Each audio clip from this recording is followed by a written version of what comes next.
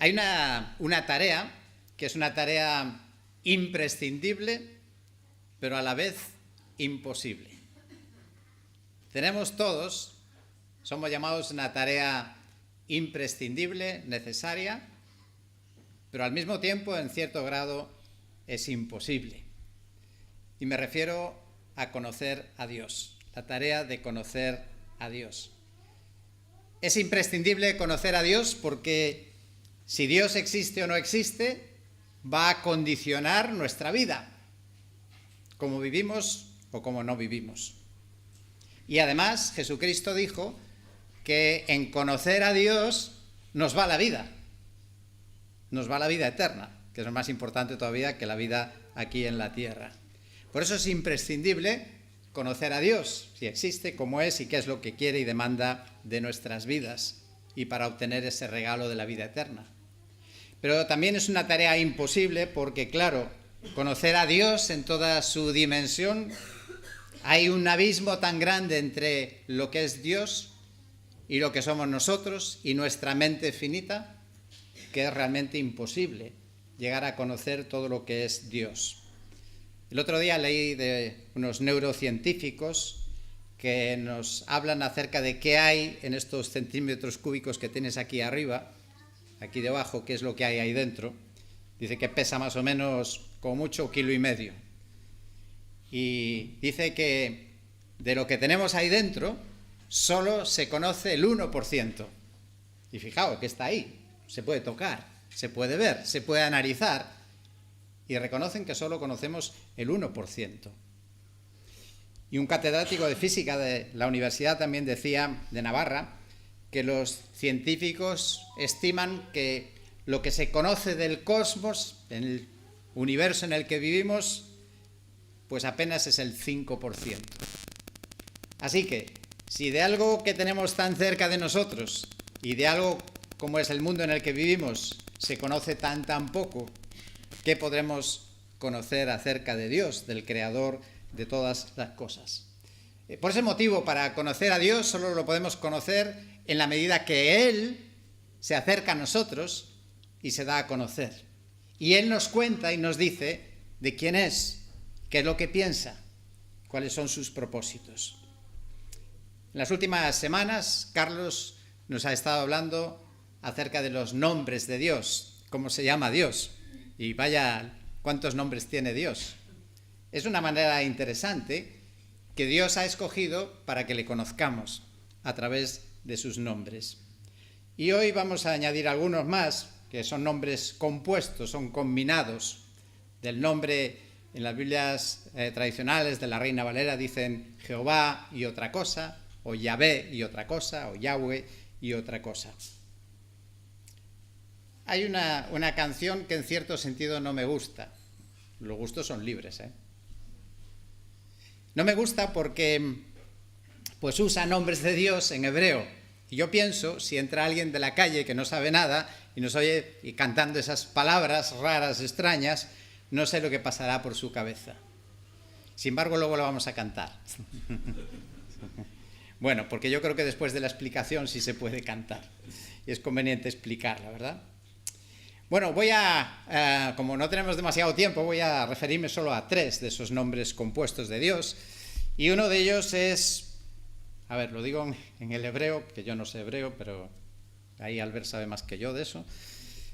El Yahweh Jireh o Yahweh Jireh, traducido a castellano, significa el Señor proveerá, el Señor proveerá. Bueno, ese nombre se lo puso Abraham un día en un monte, en el monte Moriah, cuando estaba obedeciendo a Dios en algo realmente difícil de obedecer, porque Dios le había pedido que tenía que darle en sacrificio a su hijo, Isaac. Y vaya situación tan difícil. Y Abraham, por fe, estaba obedeciendo a Dios y llegó hasta el límite de preparar el altar, preparar la leña, poner todo, y tiene ya a su hijo encima. Y ya levantando el cuchillo, Dios intervino y le interrumpió. Y le hizo mirar para otro lado y ver que había allí un carnero que Dios estaba proveyendo un sustituto para su hijo. Y cuando Abraham pasó por esa experiencia, ese momento, dijo lo siguiente. Leo Génesis capítulo 22, versículo 14. Y llamó a Abraham aquel lugar con el nombre de El Señor proveerá. Dios se llama El Señor proveerá. Y dice el escritor de Génesis, como se dice hasta hoy, en el monte del Señor proveerá. Si alguno tenéis la Biblia textual, veréis que en estos casos no traduce el nombre, lo pone literalmente como se dice en hebreo, la Biblia textual.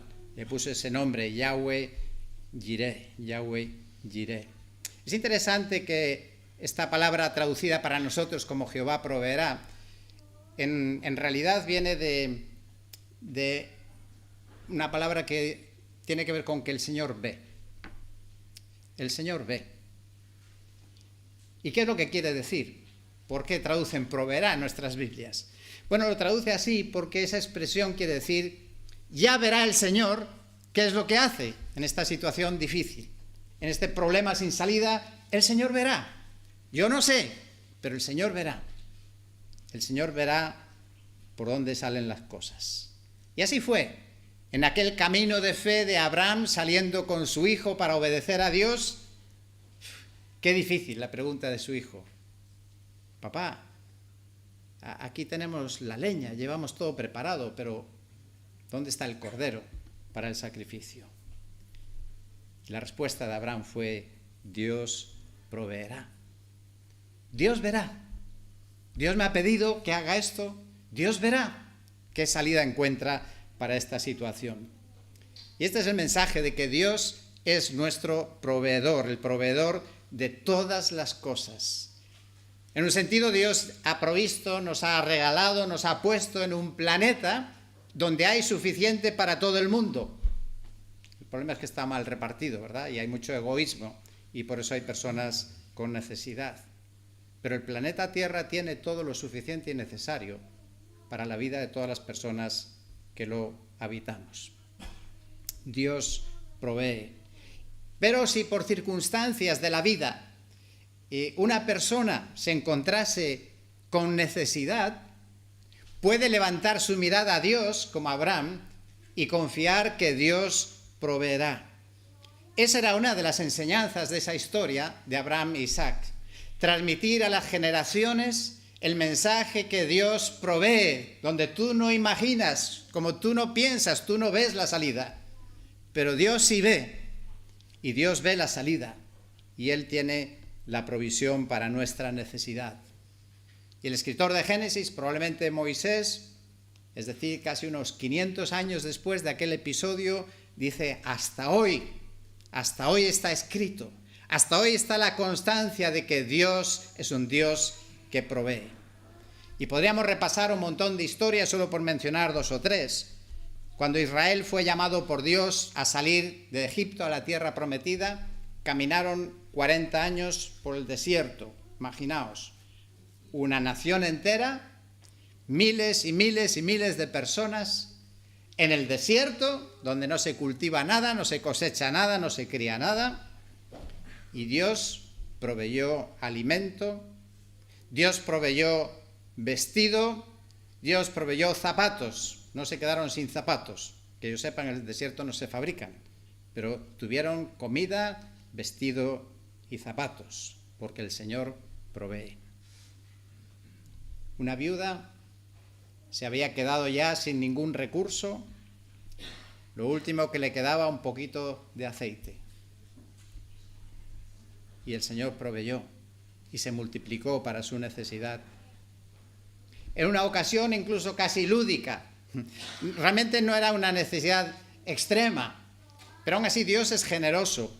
Y cuando se reunieron en la montaña para escuchar a Jesús, más de 5.000 personas, el Señor proveyó la merienda o la merienda cena para aquellas personas solo con 5 panes y 2 peces, porque Dios es Dios que provee. Dios alimentó a Elías en la montaña a través de los cuervos, porque Dios provee. Y es verdad que a veces en la vida tenemos que renunciar a cosas por nuestra fidelidad a Dios. Y puede parecer que vamos a perder o que vamos a pasar necesidad. Y no son pocas las personas que en nuestro mundo, personas creyentes, que incluso por ser fieles a Dios perdieron su empleo.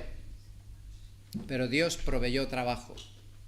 Y lo digo cuando vivimos en un lugar donde hay personas con necesidad de trabajo. Pero Dios provee también trabajo. Podemos leer montones de historias de misioneros, que todos ellos dejaron sus casas, sus comodidades, sus países, se marcharon a lugares donde nadie les conocía y salieron por la fe, confiando en la provisión de Dios. Salían sin pedir ningún tipo de sustento. Hoy hay una tendencia más a que los misioneros salen si primero consiguen los recursos. Bueno, yo no voy a criticar eso, pero la historia nos demuestra y la palabra nos enseña que cuando Dios llama, Dios provee. La mayoría nos conocéis, pero en 1989, el año en que Beatriz y yo entendimos claramente que Dios nos llamaba para servirle a tiempo completo y los ancianos estuvieron de acuerdo y lo apoyaron. Ese día, cuando decidí dejar el trabajo, a mí nadie me prometió una nómina, de hecho nunca la he tenido después. A mí nadie me prometió un salario mensual. A nosotros ni siquiera nadie nos dijo si Fondeban, ese fondo que hay misionero en España, nos iban a admitir, si íbamos a poder entrar allí o no, porque salimos por la fe convencidos que el Dios que llama, el Dios que provee. Y hasta aquí hemos vivido y no nos hemos muerto y hemos podido mantener una familia.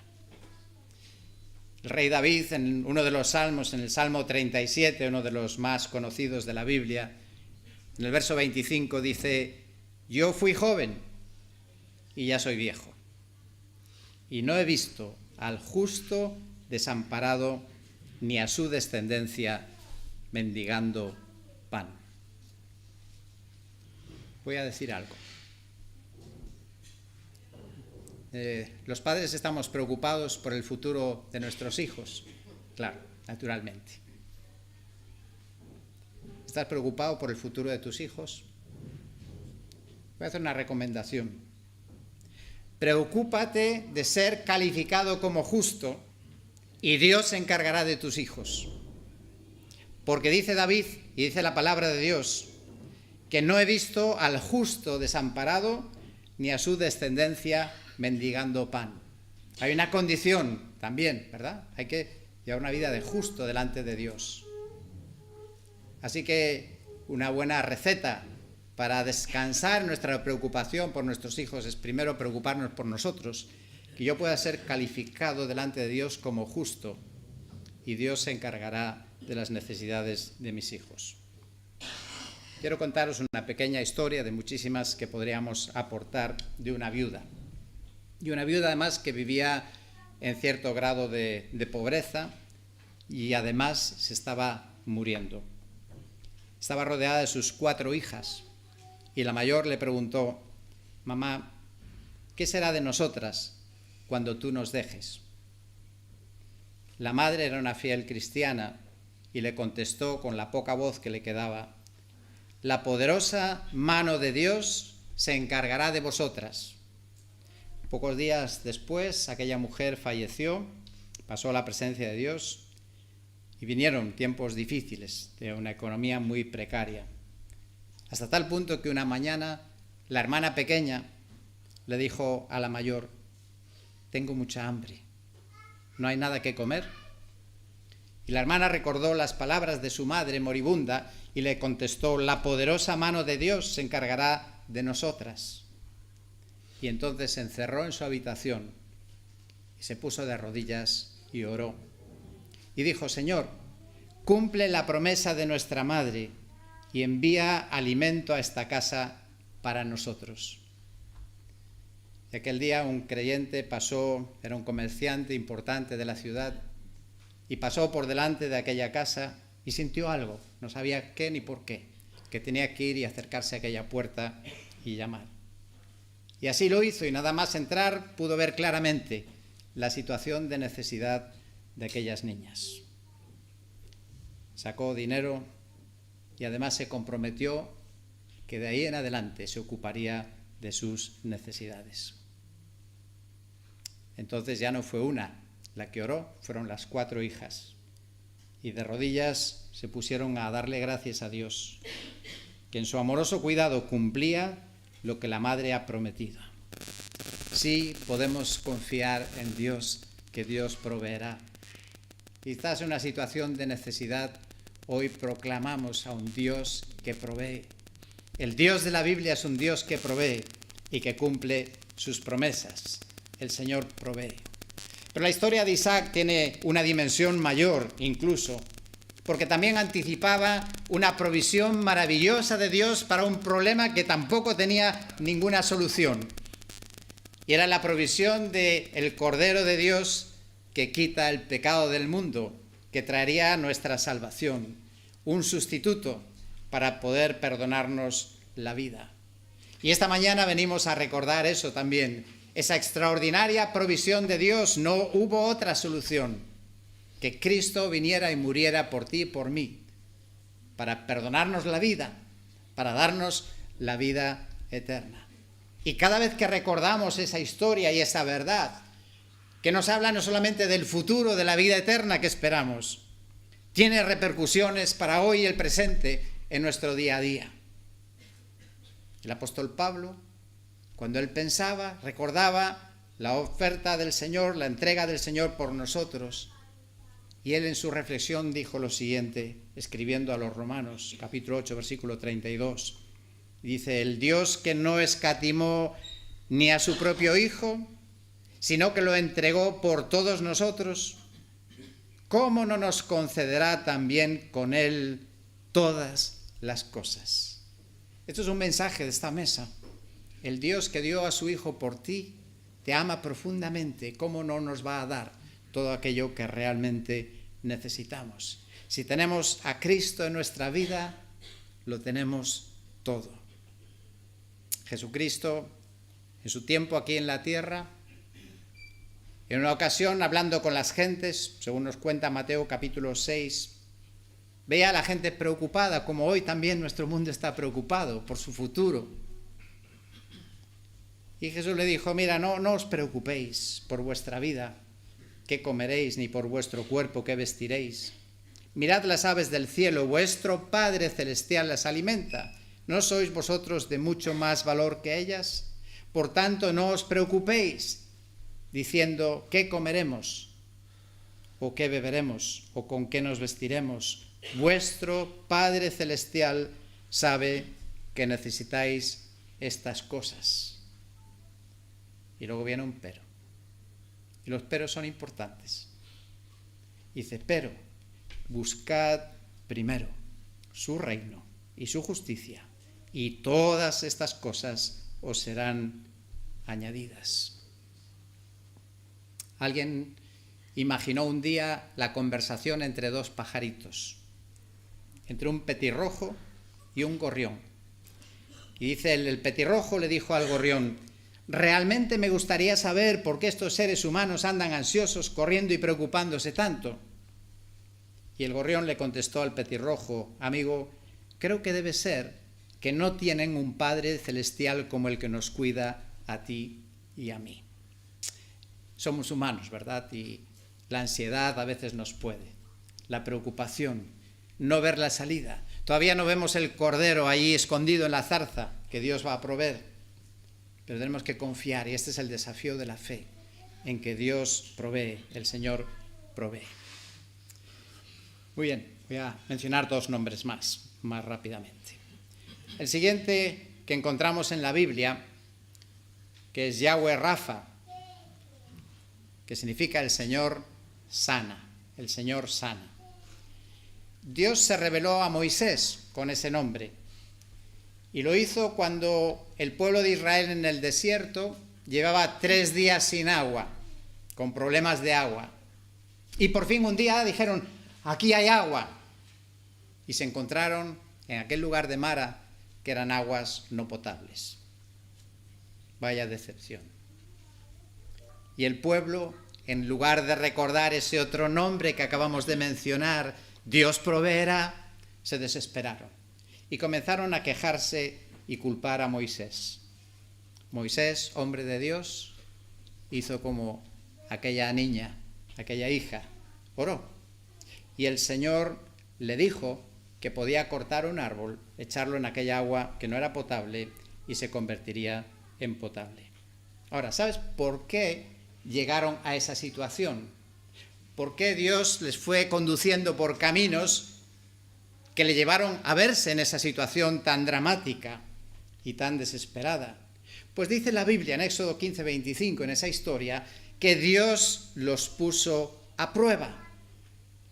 Porque Dios quería enseñarles, que descubrieran que Dios no solamente provee, sino que también Dios puede hacer algo más, que es sanar. Leo Éxodo 15, versículo 26. Este fue el mensaje que se transmitió a aquel pueblo.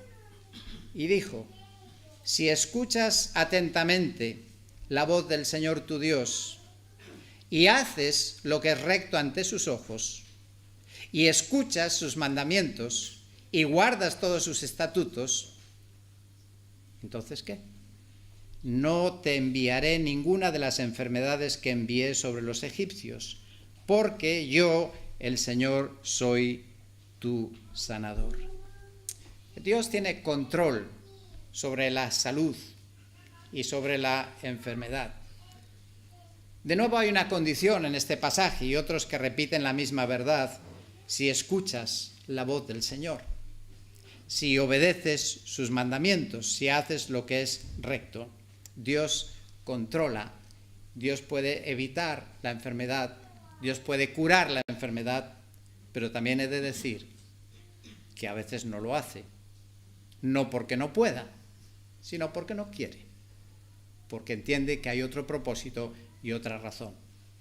Y os hablo, como sabéis, de mi propia experiencia personal, de un hijo que perdió a su madre cuando yo tenía 20 años y ella 44. Con lo cual puedo entender bien y ser sensible a personas que padecen de enfermedad, son fieles creyentes, oran a Dios y Dios no trae sanidad. Pero Dios sí tiene poder y Dios sí puede sanar y lo ha hecho muchas veces. Y de hecho Dios, nuestro creador, ha creado las plantas, que es de donde se sacan los principios con los que se hacen las medicinas que tú y yo tomamos y nos curan y nos alivian. Y eso viene de la creación de Dios. Las ideas de los descubridores, los descubrimientos científicos y médicos, pues vienen de un cerebro que Dios ha creado, y a veces sin saber por qué, y muchos de ellos eran grandes cristianos, descubrieron cosas, porque Dios es el que también sana y provee los remedios. En los tiempos bíblicos era el aceite y el vino, eran dos grandes medicamentos de la época antigua. Dios puede hacer curaciones sobrenaturales, las puede hacer. Dios curó a un leproso simplemente sumergiéndose 7 veces en un río. Jesús, a un ciego de nacimiento, no tenía cura, también le curó. Y la Biblia está llena de ejemplos del poder sanador de Dios. Y Dios responde, no hace falta hacer espectáculos ni numeritos, Dios responde a la oración de fe. Lo dice Santiago, capítulo 5. Y aún en todos los casos, cuando los médicos hacen un gran trabajo diagnosticando nuestras enfermedades, poniéndonos remedios adecuados, aún así no lograría la medicina, no podrían lograr que nuestras heridas cicatrizasen, que nuestras incisiones se pusieran restauradas o que las fracturas de los huesos se unieran por sí solas, si no fuera porque Dios es el sanador y hace que eso funcione así. Por esa razón, en última instancia, toda sanidad, cada vez que tú te curas de algo, es también mano divina, es obra del Señor sanador. Pero aún así, si Dios no cura tu enfermedad de hoy, Dios tiene el remedio para la mayor de las enfermedades. Siempre he pensado, y algún médico un día se lo voy a decir, que mire, usted hace una labor extraordinaria, usted cura a muchísimas personas, pero al final termina siempre en fracaso, porque se terminan muriendo. Todos nos morimos. Mientras que yo puedo ofrecerle a la gente un remedio que tiene éxito 100%. Y si la gente cree en Jesús, se arrepiente de sus pecados, tiene vida eterna. Y hoy recordamos de nuevo en esta mañana al Dios sanador de la sanidad más importante, que al final, como digo, aunque nuestras enfermedades vienen y van, nos vamos a morir igualmente, pero hay una enfermedad muy importante, que es la muerte eterna. Y es así que el Señor 100% la va a curar a todos aquellos que confían en Él. Y en esta mañana recordamos esa obra de Jesús en la cruz, y Pedro nos dice en 1 Pedro 2:24 que el Señor Jesús él mismo llevó nuestros pecados en su cuerpo sobre la cruz, a fin de que muramos al pecado, vivamos a la justicia, porque por sus heridas fuisteis sanados. Y recordamos a aquel que murió para nuestra sanidad. Dios provee, Dios sana. Finalmente, Yahweh Nissi, eso está en la canción. El Señor es nuestro estandarte. Algunos dicen nuestra bandera, más exacto es nuestro estandarte. Ese fue el nombre dado a Dios por Moisés tras una difícil victoria. Había momentos de victoria de Israel y otros momentos contra los amalecitas había derrota. Y como recordáis la historia, los que conocéis la Biblia, Moisés, él estaba orando. Y estaba en la colina, mientras estaban otros peleando allá abajo, y él pidiendo a Dios que protegiera a su pueblo, que les ayudara para tener victoria. Y cansado tenía 2 ayudantes, Aarón y Hur, que sostenían sus manos mientras él oraba. Y cuando Dios finalmente dio la victoria a su pueblo, dijo esas palabras, están en Éxodo 17, versículo 15. Dice, edificó Moisés un altar y le puso por nombre, el Señor es mi estandarte. El Señor, o Yahweh Nissi, eso es lo que puso, Yahweh Nissi, 2 palabras. Este es el nombre del Señor. Era el reconocimiento que si habían tenido una victoria en aquella lucha, no era por su habilidad, no por sus fuerzas, no por su inteligencia, sino que Dios es el que les había concedido la victoria. Un estandarte, me hubiera gustado traer uno, porque siempre ayuda, ¿verdad?, si visualizamos las cosas. Un estandarte, dije antes, que no es lo mismo que una bandera, exactamente. La bandera es la que representa tu país, pero el estandarte se usa también en cuerpos y en asociaciones, y es un signo de identidad, de pertenencia de un grupo, y uno lo luce con orgullo. Los estandartes, sobre todo en la antigüedad, eran muy importantes. Un palo con su banderita, vamos a llamarla así. Y era muy importante porque, claro, no había otras maneras de comunicación. Y era una manera de poner un punto de encuentro. Este estandarte, un poco casi parecido a cuando vienen estos barcos de los turistas, ¿no? Y van por la calle en grupos, y hay uno que es el guía y lleva su banderita también, ¿no? Y todos le siguen detrás. Y eso es un poco la idea del estandarte. Y se usaba también en las batallas, porque claro, una batalla, en un campo enorme de batalla de la antigüedad, ¿cómo dirigían a los equipos? ¿Cómo podían situarse? ¿Hacia dónde tenían que moverse? Y el que llevaba el estandarte marcaba la dirección y todos enfocados seguían las instrucciones del estandarte. Y claro, si en la batalla te arrebataban el estandarte, significaba la derrota, habías perdido la batalla. En Israel, la nación, tenían las 12 tribus, cada tribu tenía su propio estandarte en torno al cual se agrupaban y salían de manera ordenada. Y Moisés dice, el Señor es mi estandarte. El Señor es mi punto de mira. El Señor es mi referencia. El Señor es el que marca la dirección de mi vida. El Señor es mi identidad. El Señor es el que me da la victoria. Creo que todos tenemos luchas. Creo que fue Óscar que lo dijo antes. Yo también lo digo. Todos batallamos, todos tenemos luchas personales, luchas internas. Todos estamos en la lucha. Y el Señor quiere ser nuestro punto de referencia. Y cuando le miramos a Él, Él nos ayuda en nuestras luchas. Él nos protege. Un viejo himno decía: descanso en ti, mi defensor y escudo, pues en la lid, la lucha, contigo a salvo estoy. En tu poder a combatir acudo, descanso en ti y en tu nombre voy. El nombre del estandarte.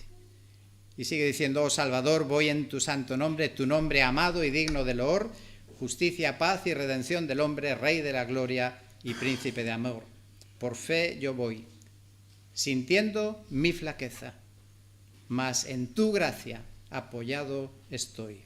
En tu poder está mi fortaleza, descanso en ti y en tu nombre voy. Y termina diciendo: descansaré contigo al fin en gloria, entrando por portales de esplendor. Tuya es la lucha, tuya la victoria, y la alabanza a ti será, Señor. Piensa que tus luchas las puedes hacer que no sean tuyas, y que sean del Señor. Y de nuevo, en esta mañana, ante los símbolos de la muerte del Señor en la cruz, también son símbolos que nos hablan de lucha y de victoria, donde el Señor dijo: consumado es. Y por lo tanto, para el cristiano, la cruz también es un estandarte, es nuestro estandarte, es la cruz. Es la señal de victoria para nosotros, la que el Señor ganó para mí. Os contaré que cuando era jovencito, en aquel tiempo solo se cantaban himnos del himnario. En la escuela dominical los coritos, pero en la iglesia solo los himnos del himnario. Y como más jovencito, pues me gustaban los más marchosos. Y había uno que me gustaba, no os asustéis, porque las palabras, ¿verdad?, los significados se van alterando. Pero me gustaba aquel, creo que era el número 13, que decía: cual pendón hermoso desplegamos hoy la bandera de la cruz, la verdad del Evangelio, el blasón del soldado de Jesús. Esa palabra hoy ya tiene más otro sentido, ¿verdad? Pero el pendón es la bandera, el estandarte de la cruz, el estandarte del Evangelio, del soldado de Jesús. Que el Señor te ayude en esta mañana, me ayuda a mí a poner nuestra mirada en nuestro estandarte, el Señor Jesús, y que eso nos va a dar valor para afrontar esta semana. Así que si has entendido en esta mañana que el Señor, que Dios, que tu Dios, puedes decir es mi protector, es mi sanador y es mi estandarte, pues vamos a alabarle y vamos a hacerlo cantando la canción: por quién eres tú, te doy la gloria.